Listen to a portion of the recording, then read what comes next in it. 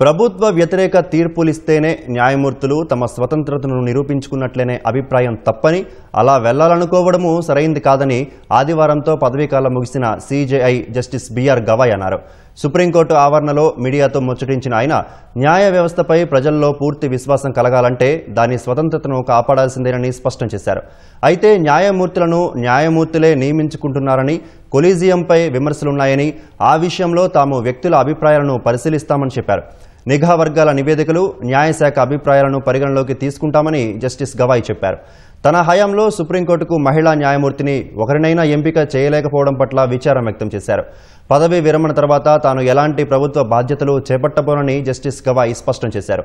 సొంత జిల్లా అమరావతిలో గిరిజన సంక్షేమం కోసం తన సమయం కేటాయించనున్నట్లు చెప్పారు. సామాజిక మాధ్యమాల తీరుపై జస్టిస్ గవాయ్ అసహనం వ్యక్తం చేశారు. న్యాయ ప్రక్రియను తప్పుగా చిత్రీకరించడంతో పాటు న్యాయమూర్తులు ఎన్నడూ అనని మాటలను వారికి ఆపాదిస్తున్నారని జస్టిస్ గవాయ్ ఆవేదన వ్యక్తం చేశారు.